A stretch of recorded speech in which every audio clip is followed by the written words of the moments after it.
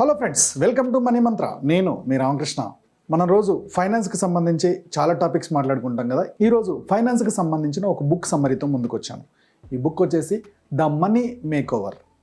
Author వచ్చేసి David Ramsey. ఇప్పుడు మనం మాట్లాడుకోబోతున్న బుక్ వచ్చేసి ఆథర్ రాసిన బుక్స్లో one of the best selling book అన్నమాట ఇది. సో ఆథర్ వచ్చేసి well known financial expert, radio host, television personality and author personal finance, ముఖ్యంగా బడ్జెటింగ్, మనీ మేనేజ్మెంట్, సేవింగ్స్, వీటిలలో చాలా ఎక్స్పర్ట్ అన్నమాట.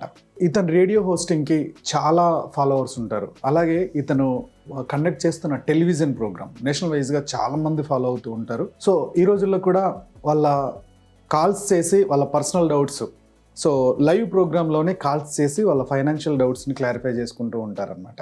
సో ఇంత మంచి ఆథర్ ఈ బుక్లో చాలా క్లియర్గా step by step personal finance గురించి ఎక్స్ప్లెయిన్ చేయడం జరిగింది. సో ఆ స్టెప్స్ అన్నీ కూడా మనం వన్ బై వన్ తెలుసుకుందాం.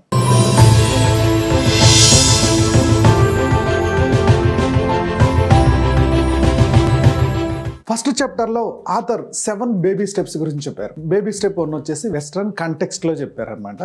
సో $1000 ఎమర్జెన్సీ ఫండ్గా ఉంచుకోండి అని చెప్పి. సో మన ఇండియన్ లెక్క ప్రకారం అయితే అది ఒక 80,000 నుంచి 1 lakh వరకు అది మినీ ఎమర్జెన్సీ ఫండ్గా రెడీగా ఉంచుకోమన్నారు. అర్జెంటుగా మీకు ఏదైనా అవసరం వస్తే బ్యాంకుల చుట్టూ లేకపోతే ఫ్రెండ్స్ దగ్గర అప్పులు చేయడం కాకుండా మనకి ఇమీడియట్గా ఆ ఎమర్జెన్సీ ఫండ్, మెడికల్ ఎమర్జెన్సీ కానీ ఇంకో ఎమర్జెన్సీకి కానీ హెల్ప్ అవుతుంది కాబట్టి సో ఆ మినీ ఎమర్జెన్సీ ఫండ్గా స్టార్ట్ చేయమన్నారు. ఇది step 1. Baby step 2, pay off all డెప్ట్ ఎక్సెప్ట్ హోమ్ లోన్. మనం ఒక చిన్న ఎగ్జాంపుల్స్ తోటి వెళ్దాం. రమేష్ అనే ఒక వ్యక్తి ఉన్నాడు. సో ఈ వ్యక్తికి ఒక పర్సనల్ లోన్ ఉంది, అలాగే ఒక కార్ లోన్ ఉంది, అలాగే ఒక క్రెడిట్ కార్డు కూడా ఉంది. ఇది కాకుండా హోమ్ లోన్ కూడా ఉందన్నమాట. సో బయట హ్యాండ్ లోన్స్, ఫ్రెండ్స్ దగ్గర తీసుకున్న హ్యాండ్ లోన్స్ కూడా ఉన్నాయి చేయబదులు. ఓకే, సో ఇతను ఏం చేశాడంటే ఈ బుక్లో చెప్పిన విధానం ప్రకారం ఒక్కొక్కటి నెమ్మదిగా డెప్ట్ క్లియర్ చేసుకుంటూ వచ్చాడు. ఫస్ట్ ఎక్కువ వడ్డీ ఉంది, క్రెడిట్ కార్డ్ని క్లోజ్ చేశాడు. సో ఆ తర్వాత నెమ్మదిగా పర్సనల్ లోన్ క్లియర్ చేసుకున్నాడు, తర్వాత car loan. So home loan జోలికి వెళ్ళొద్దు అంటున్నాడు అతను. ఎందుకంటే హోమ్ లోన్ అనేది మన ట్యాక్స్ బెనిఫిట్స్కి చాలా ఛాన్సెస్ ఉంటాయి. హోమ్ లోన్ నుంచి మిగిలిన డెప్ట్స్ అన్ని ఒక్కొక్కటి క్లియర్ చేసుకుంటూ పోతూ ఉంటే సో మనకి నెమ్మదిగా అప్పుల నుంచి బయటపడతాం అనేది ఆథర్ చెప్తున్న పాయింట్. సో ఇది step number 2. Baby step number 3 వచ్చేసి 3 to 6 months emergency fund create చేసుకోమన్నారు. అంటే మీ శాలరీ ఏదైతే వస్తుందో ఆ శాలరీకి సరిపడా 3 నెలల నుంచి 6 నెలలకు సరిపడా ఎమర్జెన్సీ ఫండ్ రెడీ చేసుకోమంటున్నారు. ఈ ఎమర్జెన్సీ ఫండ్ అనేది రేపు మీకు జాబ్ ఒకవేళ పోయినా, లేకపోతే మీరు ఒక 3 నెలల నుంచి 6 నెలలు ఉద్యోగం చేసుకోలేకపోయినా ఈ ఫండ్ని వాడుకొని మీరు ఎవరి మీద డిపెండ్ అవ్వకుండా మీ లైఫ్ని హ్యాపీగా లీడ్ చేయొచ్చు. తర్వాత మళ్ళీ జాబ్ స్టార్ట్ అయిన తర్వాత ఈ ఎమర్జెన్సీ ఫండ్ని ఫిల్ చేసుకోవచ్చు. సో ఇలా ఉండడం వల్ల ఒకవేళ జాబ్ పోయినా, మీ హెల్త్ ప్రాబ్లం వచ్చినా మెంటల్ స్ట్రెస్ ఉండదు. అలాగే ఈ జాబ్ పోయిన ఇంకో ఇంటర్వ్యూకి వెళ్ళడానికి మీకు ప్రెజర్ ఉండదు. అంటే మీ శాలరీ కాకుండా మీకు తగిన జాబ్ రాకపోయినా కాంప్రమైజ్ అయ్యి జాబ్ చేయాల్సిన అవసరం ఉండదు అనమాట. మన చేతిలో 3 to 6 months ఎమర్జెన్సీ ఫండ్ ఉన్నప్పుడు మనం మెంటల్గా చాలా స్టేబుల్గా ఉంటాం, డెసిషన్స్ చాలా పర్ఫెక్ట్గా తీసుకుంటాం, కంగారు పడకుండా అని చెప్పి అంటాడు ఆథర్. బేబీ స్టెప్ 4 వచ్చేసి invest 15% of income in retirement. So ఇక్కడ ఎగ్జాంపుల్కి ఆర్తి అని ఒక సాఫ్ట్వేర్ ఇంజనీర్ ఉన్నారు. తన శాలరీలో దాదాపుగా ఒక 10% ఈపీఎఫ్ కట్ అవుతుంది అనుకుందాం. ఓకే, సో ఇంకా ఏదైతే బ్యాలెన్స్ ఉంది ఇంకొక 5% ఉంది కదా, ఆ 5% పీపీఎఫ్లో అయినా సరే, ఎన్పిఎస్లో అయినా సరే ఇన్వెస్ట్ చేసుకుంటూ వెళ్ళాలి. ఓకే, మినిమం శాలరీలో 15% రిటైర్మెంట్ కోసం ఇప్పటి నుంచే తీసుకుంటూ వెళ్ళాలి. ఇలా తీయడం వల్ల రిటైర్ అయిన తర్వాత మనం ఎవరి మీద డిపెండ్ అవ్వకుండా ఆ రోజున ఏదైతే ఖర్చులు ఉంటాయో, ఎగ్జాంపుల్కి రిటైర్మెంట్ తర్వాత పెద్ద ఖర్చులు ఏమి ఉంటాయి అనుకుంటారు. ఎగ్జాంపుల్కి పిల్లల ఎడ్యుకేషన్ తగ్గిపోతుంది, అలాగే హోమ్ లోన్ అయిపోతుంది, పర్సనల్ లోన్స్ ఇవన్నీ క్లోజ్ అయిపోతాయి, పెద్ద ఖర్చు ఏముంటుంది అనుకుంటారు. కానీ దానికి తగ్గట్టు కొత్త ఖర్చులు యాడ్ అవుతాయి. మీకు హోమ్ లోన్ వెళ్ళిపోయింది, హోమ్ లోన్ ప్లేస్లో మీ మెడికల్ బిల్లులు రావచ్చు, లేదా మీరు ఇంకేదైనా మెయింటెనెన్స్ పే చేయాల్సి రావచ్చు. ఇలాంటివన్నీ యాడ్ అవుతూ వస్తాయి. ఓకే, సో కాబట్టి మన శాలరీలో మినిమం 15% ఇన్వెస్ట్ చేసుకుంటూ వెళ్తే అవి కాంపౌండింగ్ అవుతూ ఉంటాయి. రేపటి రోజున ఇన్ఫ్లేషన్కి తగ్గట్టు అది కాంపౌండ్ అవుతూ ఆ రోజుల ఖర్చులకు తగ్గట్టు మనకి హెల్ప్ అవుతుంది. కాబట్టి మినిమం మన శాలరీలో 15% ఇన్వెస్ట్ చేయాలి. ఒకవేళ నాకు శాలరీ రావట్లేదు సార్, మీరు అందరూ ఓన్లీ ఎంప్లాయీస్ యాంగిల్లోనే చెప్తున్నారు, మీ సెల్ఫ్ ఎంప్లాయ్ అంటే మాకు చిన్న బిజినెస్ ఉంది, ఓకే, లేదా ఒక షాప్ ఉంది, మరి మాలాంటి వాళ్ళకి ఎలా అన్నప్పుడు ఎవ్రీ మంత్ మొత్తం ఎంత సంపాదిస్తారో లెక్కేయండి 1 ఇయర్కి. ఎగ్జాంపుల్కి అన్ని పోను జనవరిలో ఒక 50,000 బిజినెస్లో మిగిలింది, ఒక నెల ₹1,00,000 మిగిలింది, ఇంకో నెల 30,000 మిగిలింది. ఇలా 12 మంత్స్కి లెక్కేయండి. మొత్తం కలిపి ఎంత వచ్చింది చూసి డివైడెడ్ బై 12 వేయండి. సో ఆ డివైడెడ్ బై 12 వేసినప్పుడు 30 వచ్చిందా, 40 వచ్చిందా, 50 వచ్చిందా, ఇదే మీ శాలరీ. సో దీనికి తగ్గట్టు మీ శాలరీ 50 వచ్చింది అనుకుందాం, అందులో అదే మీ ఇన్కమ్ని శాలరీ అనుకుందాం. సో అందులో 15% మీరు రిటైర్మెంట్కి, సో మీరు ఎంప్లాయ్ కాదు కాబట్టి ఈపీఎఫ్ మీకు ఉండదు కాబట్టి పీపీఎఫ్కి కానీ ఎన్పిఎస్కి కానీ వెళ్ళి మీరు దాంట్లో ఇన్వెస్ట్ చేసుకోవాలి 15% దాకా అనేది ఆథర్ చెప్తున్న point. Baby step 5, save your children's education. పిల్లల ఎడ్యుకేషన్ కోసం ఇప్పటి నుంచే సేవ్ చేయడం అలవాటు చేసుకోవాలనుకుంటున్నారు. పిల్లలు చిన్నగా ఉన్నప్పుడే మీరు హయ్యర్ ఎడ్యుకేషన్ కోసం సేవ్ చేయాలి. సో హయ్యర్ ఎడ్యుకేషన్కి మనకు ఒకవేళ ఎడ్యుకేషన్ లోన్ రాకపోయినా, పిల్లోడికి ఒక మంచి కాలేజీలో సీట్ రాకపోయినా, అయ్యో మన చేతిలో డబ్బులు ఉంటే మంచి కాలేజీలో చదివిద్దామే, కొద్దిగా పేమెంట్ సీట్కైనా వెళ్దామే అనే టెన్షన్స్ లేకుండా ఉండడం కోసం ఖచ్చితంగా ఎడ్యుకేషన్కి ప్లాన్ చేసుకోవాలి అని చెప్పి ఈ బుక్లో చాలా క్లియర్గా ఎక్స్ప్లెయిన్ చేయడం జరిగింది. బేబీ స్టెప్ 6 వచ్చేసి pay of home loan early. అంటే ఇప్పుడు మీకు ఏదైతే లోన్స్ అన్నీ అయిపోయినాయి కదా, ఆ లోన్స్ అన్నీ అయిపోయిన తర్వాత మీ హోమ్ లోన్ని స్టెప్ బై స్టెప్ దాన్ని క్లియర్ చేసుకుంటూ రావాలి త్వరగా అంటున్నారు. ఎగ్జాంపుల్కి మీరు డబుల్ పేమెంట్ చేస్తారా, లేదా సంవత్సరానికి 1 మంత్ ఎక్స్ట్రా పే చేసుకుంటూ వస్తారా, లేదా సంవత్సరానికి 2 నెలలు ఎక్స్ట్రా పే చేసుకుంటూ వస్తారా, ఇలా ఏ ప్రొసీజర్ మీకు సాధ్యమైతే ఆ ప్రొసీజర్లో హోమ్ లోన్ ఇంకొంచెం ఎక్స్ట్రా పే చేసుకుంటారా అండి. దీనివల్ల మీ హోమ్ లోన్ తొందరగా క్లియర్ అవుతుంది. సో హోమ్ లోన్ క్లియర్ అవ్వగానే ఇంకొక ఇన్వెస్ట్మెంట్కి వెళ్ళడానికి మీకు స్కోప్ ఎక్కువగా దొరుకుతుంది, ఒకే దాని మీద లాంగ్ టర్మ్లో ఉండకుండా అని చెప్పి అతను ఎక్స్ప్లెయిన్ చేస్తున్నారనమాట. Baby step 7, build wealth and give. ఎప్పుడైతే మీరు ఫైనాన్షియల్ స్టెబిలిటీకి రీచ్ అవుతారో అప్పటి నుంచి మీ ఇన్వెస్ట్మెంట్స్ని వెల్త్ క్రియేట్ చేసుకోమంటున్నారు, అంటే అసెట్స్ని క్రియేట్ చేసుకోమంటున్నారు. ఎగ్జాంపుల్కి మీరు ఒక ప్రాపర్టీ, కమర్షియల్ ప్రాపర్టీ, దాంట్లో ఇన్వెస్ట్ చేస్తే రిటర్న్స్ వస్తూ ఉంటాయి, అదొక అసెట్. ఓకే, సో అలాగే కొన్ని స్టాక్స్ తీసుకున్నారు, మంచి రిటర్న్స్ వచ్చే స్టాక్స్, అది కూడా అసెట్టే. మ్యూచువల్ ఫండ్ తీసుకున్నారు, అది అసెట్టే. గోల్డ్ ఇన్వెస్ట్ చేశారు, అది కూడా ఒక అసెట్టే. లేదా ఒక కంపెనీ, స్టార్టప్ కంపెనీలో మీరు సమ్ ఇన్వెస్ట్మెంట్ చేశారు, అది కూడా ఒక అసెట్. ఇలా అసెట్స్ని క్రియేట్ చేసుకుంటూ వెళ్ళాలి మన ఫైనాన్షియల్ స్టెబిలిటీ వచ్చిన తర్వాత. అంటే మన తిండికి బట్టకి, అంటే మన తిండికి బట్టకి ఫీజులకి జనరల్గా ఇప్పుడు దాకా చెప్పిన అవసరాలకి పోను, అది పెద్ద ఇబ్బంది అవ్వట్లేదు మీకు. సో అది ఫైనాన్షియల్గా స్టేబుల్గా వెళ్ళిపోతున్నప్పుడు నెక్స్ట్ అసెట్స్ క్రియేట్ చేసుకోమంటున్నారు, వెల్త్ బిల్డింగ్ చేసుకోమంటున్నారు ఆథర్. ఇది ఫస్ట్ చాప్టర్లో చెప్పిన 7 స్టెప్స్.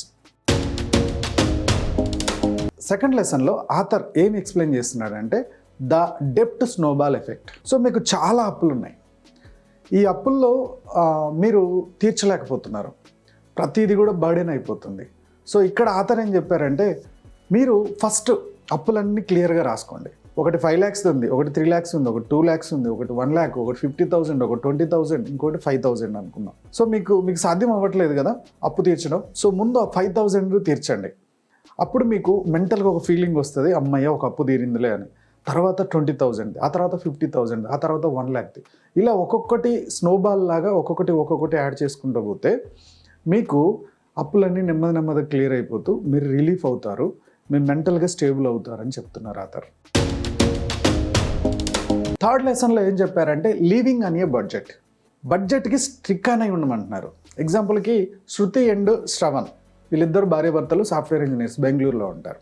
ఓకే, వీళ్ళు వాళ్ళ శాలరీ దాదాపుగా ఒక 3 lakhs వస్తుంది పర్ మంత్. ఓకే, సో వీళ్ళు ఇంటి ఖర్చుల కోసము అలాగే మొత్తం ఎక్స్పెన్సెస్ కోసమని మొత్తం శాలరీలో ఒక 1 lakh ఖర్చు అవ్వాలని వాళ్ళు ఫిక్స్ అయ్యారు, ఒక బడ్జెట్ రాసుకున్నారు. ఈ చేతిలో డబ్బులు ఉన్నాయి కదా ఈ బడ్జెట్ దాటి ఖర్చు పెట్టద్దు.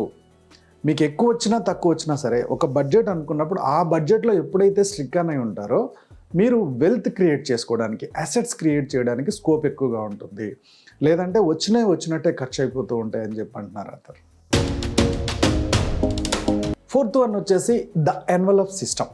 సో బడ్జెట్ కోసం మీరు ఏదైతే బడ్జెట్ మెయింటైన్ చేస్తున్నారో దానికి ఎన్వలప్ సిస్టమ్ ఫాలో అవుతే చాలా బాగుంటుంది అంటారు. ఎగ్జాంపుల్కి సో మీరు గ్రాసరీ కోసం ఒక ఎన్వలప్లో ఎంత డబ్బులు అవుతున్నాయో ఆ గ్రాసరీకి ఆ అమౌంట్ ఉంచమన్నారు. సో అలాగే మీరు ఎంటర్టైన్మెంట్ కోసం ఎంత అనుకుంటున్నారో ఆ బడ్జెట్లో ఆ ఎన్వలప్లో ఉంచమన్నారు.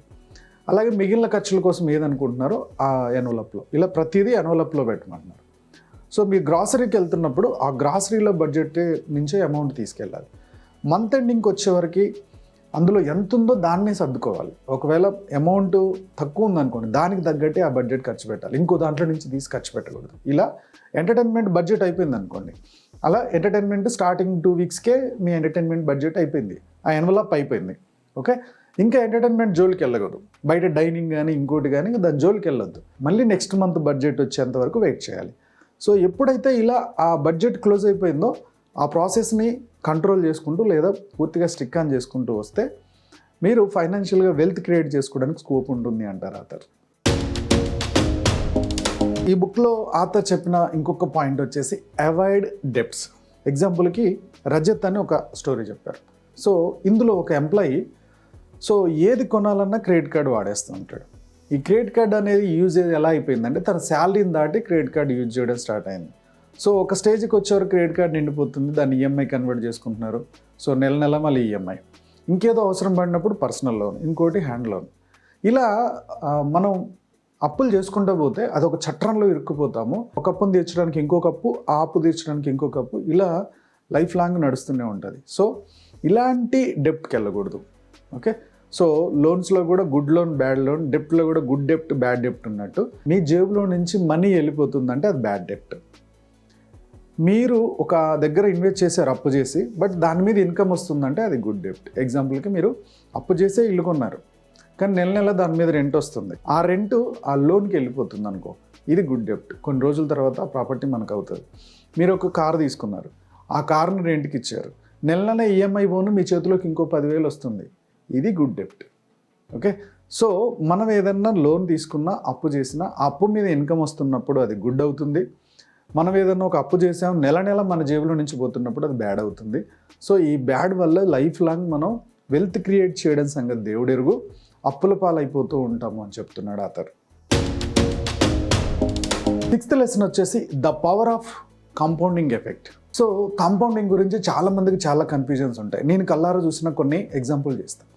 మా అంకుల్ ఉండేవాళ్ళు, మా మమ్మీ వాళ్ళ అన్నయ్య. ఓకే, సో సింగరేణి జాబ్ చేసేవారైనా. సో అతనికి జాబ్ స్టార్ట్ అయిన దగ్గర నుంచి పిఎఫ్ కట్ అవుతూ వచ్చింది. దాదాపుగా 40 years సర్వీస్ చేశారు ఆయన. మజ్దూర్ అంటే జస్ట్ ఒక లేబర్ అనుకుందాం. సో దాదాపుగా అతను రిటైర్ అయ్యే టైంకి పిఎఫ్ డబ్బులు ఎప్పుడు కూడా పిఎఫ్ లోన్ తీసుకోలేదు, పిఎఫ్ని బయటకు విత్డ్రా చేయలేదు, పిల్లల ఎడ్యుకేషన్ కోసం కానీ ఇంకోటి కోసం కానీ. అదే ఎంప్లాయ్ చేస్తున్న చాలామంది మా అంకుల్ వాళ్ళ ఫ్రెండ్స్ని చూశాను. ఆ లోన్ అని ఈ లోన్ అని అన్నీ తీసేసుకున్నారు పిఎఫ్లో నుంచి, కానీ అతను అసలు తీయలేదు. రిటైర్ అయ్యే టయానికి దాదాపుగా 80 lakhs వచ్చింది. అంటే ఆ ఫిగర్ ఇంకొద్దిగా తక్కువే చెప్పారు, బట్ ఇంకెక్కువే వచ్చిందనేది నాకు తెలిసిన ఇన్ఫర్మేషన్ అనమాట. ఆ 80 lakhs వచ్చింది కదా, దాంట్లో తన శాలరీ నుంచి కట్ అయింది మహా అంటే 16 lakhs ఏమో అంతే. కానీ కాంపౌండ్ అని 7% రేట్ ఆఫ్ ఇంట్రెస్టే, అంతకంటే ఎక్కువ కూడా కాదు ఇది ఈపీఎఫ్లో. కానీ ఎంత పెద్ద అమౌంట్ వచ్చిందో చూడండి. అప్పటిదాకా ఎవడు ఉంటాడు, రెడ్డి ఎవడు, రాజు ఎవడు అంటే, అరే మనల్ని నమ్ముకున్న వాళ్ళకైనా వస్తుంది, ఒకవేళ బతుకుంటే మన రిటైర్మెంట్ కన్నా వస్తుంది కదా. సో ఏ రోజు ఆ రోజు తినేద్దాం, లైఫ్ని ఇప్పుడే ఎంజాయ్ చేద్దామంటే, బాబు నీ కాళ్ళు చేతులు పనిచేసినంత వరకు ఓకే, రేపు కాళ్ళు చేతులు పనిచేయకపోతే పిల్లల మీద డిపెండ్ అయ్యాల్సి వస్తే, పిల్లలు ఒకవేళ పెట్టగలిగే పొజిషన్లో ఉంటే ఓకే, లేదంటే ఏంటి. మనం సంపాదించుకున్నప్పుడు మనం సంపాదన లేని తర్వాత ఎలా బతకాలో కూడా ప్లాన్ చేసుకోవాలి కదా. కాబట్టి కాంపౌండింగ్ ఎఫెక్ట్ అనేది చాలా ఇంపార్టెంట్. మీ ఏజ్ చిన్నగా ఉన్నప్పుడే ఇన్వెస్ట్మెంట్ స్టార్ట్ చేశారనుకుందాం. ఓకే, సో ఒక 40 సంవత్సరాలు లేదా ఒక 30 సంవత్సరాలు ఇన్వెస్ట్ చేశారనుకుందాం. అప్పుడు ఇన్వెస్ట్మెంట్ కొంచెమే ఉంటుంది, బట్ రిటర్న్స్ వచ్చింది ఎక్కువ ఉంటుంది. అదే మీ ఏజ్ ఎక్కువైనాక వచ్చిందని స్టార్ట్ చేశారనుకోండి, అప్పుడు ఇన్వెస్ట్మెంట్ ఎక్కువ ఉంటుంది, ఇంట్రెస్ట్ కొంచెమే వస్తుంది. కాబట్టి ఎంత తొందరగా సాధ్యమైతే అంత తొందరగా ఇన్వెస్ట్మెంట్ స్టార్ట్ చేయాలి, ఈ కాంపౌండింగ్ రిజల్ట్ చూడగలుగుతారు అంటాడు ఆథర్. ఈ బుక్లో last chapter giving and generosity, దీని గురించి ఆథర్ చాలా ఎక్స్ప్లెయిన్ చేశారు. డబ్బు బాగా సంపాదించారు, ఫైనాన్షియల్గా బాగా సెటిల్ అయ్యారు, కానీ మీకు ఇంకా సాటిస్ఫాక్షన్ రావాలి అంటే మీరు జనాలకి ఇవ్వడం అనేది అలవాటు చేసుకోవాలి. ఎగ్జాంపుల్కి ఆథర్ ఇందులో ఒక పర్సన్ గురించి ఎక్స్ప్లెయిన్ చేసుకుంటూ వచ్చారు. సో స్టెప్ బై స్టెప్ చాలా ఫైనాన్షియల్గా స్టేబుల్ చేసుకుంటూ వచ్చి కొద్దిగా ఫైనాన్షియల్ ఫ్రీడమ్ సాధించాడు. తన ఇన్కంలో నుంచి, అంటే తన సంపాదనలో నుంచి ఎవ్రీ మంత్ ఒక 5% ఒక చారిటబుల్ ట్రస్ట్కి ఇవ్వడం స్టార్ట్ చేశాడు. ఇది ఇస్తున్నప్పుడు తన మనసు చాలా హ్యాపీగా ఉండేదంట, అలాగే పీస్ ఆఫ్ మైండ్తో ఉండేవాడంట. కాబట్టి సో మనం సంపాదించడం ఒకటే కాదు, ఆ సంపాదించిన దాంట్లో కొంచెం సొసైటీకి ఇవ్వడం అలవాటు చేసుకోవాలి. దీనివల్ల నిజంగా పీస్ ఆఫ్ మైండ్ అనేది వస్తుంది. అది మీరు ఇచ్చిన రోజే మీకు తెలుస్తుంది అంటాడు ఆథర్. ఓకే ఫ్రెండ్స్, సో ఈ బుక్లో దాదాపుగా ఆథర్ చెప్పిన 7 చాప్టర్స్ ఎక్స్ప్లెయిన్ చేసుకుంటూ వచ్చాను. ఇందులో మీకు ఏ పాయింట్ నచ్చిందో కామెంట్ చేయండి, లైక్ చేయండి. బాస్ మీ కామెంట్, మీ లైక్ ₹1 ఖర్చు లేదు మీకు, కానీ దీనివల్ల మన వీడియో రీచ్ పెరగడానికి, ఛానల్ రీచ్ పెరగడానికి స్కోప్ ఉంది. సో అలా రీచ్ పెరుగుతున్నప్పుడు ఓకే మంచి మంచి వీడియోలు ఇంకా చేద్దాం, ఇంకొద్దిగా రీసెర్చ్ చేద్దాం, కంటెంట్ జనాలకు ఉపయోగపడే కంటెంట్ తీసుకొద్దాం అనే ఇంట్రెస్ట్ నాకు కూడా వస్తుంది కదా. సో ఒక వీడియోకి అయితే జస్ట్ 1K 2K కూడా వ్యూస్ రావట్లేదు. అలా అన్నప్పుడు ఎందుకు మనం ఎంత చేసినా ఇంతే కదా, వద్దులే నాకు ఫీలింగ్ వచ్చేస్తూ ఉంటుంది కదా. కాబట్టి ఒకవేళ అన్ని వీడియోలు పర్ఫెక్ట్గా రావాలని లేదు, మనకు తెలిసిన మంచి కంటెంటే ఇస్తూ ఉంటాం. అన్ని వీడియోలు కూడా అందరికీ అర్థం కావాలని లేదు, లేదా అందరికీ నచ్చాలని లేదు, ఏదో ఒక వీడియో వెళ్తుంది. ఓకే, కానీ ప్రతి వీడియో కూడా మంచి కంటెంట్ ఇవ్వాలనేదే మా ప్రయత్నం. ఓకే, సో ప్రతిదీ కూడా మిడిల్ క్లాస్ ఫ్యామిలీకి హెల్ప్ అవ్వాలనేదే నా ప్రయత్నం. ఒక మిడిల్ క్లాస్ ఫ్యామిలీగా నేను ఏవైతే నేర్చుకున్నానో వాటిని నా మిడిల్ క్లాస్ ఫ్యామిలీస్, నా బ్రదర్స్ అండ్ సిస్టర్కి నేర్పించాలనేదే నా ప్రయత్నం. ఓకే, సో మా యూట్యూబ్ ఛానల్ చూస్తున్న మా వ్యూవర్స్, మా సబ్స్క్రైబర్స్ లైఫ్లో ఇప్పుడు కూడా గొప్పగా స్థిరపడాలని కోరుకోవడంలో మా మనీ మంత్రం ముందుంటుంది. Go self made.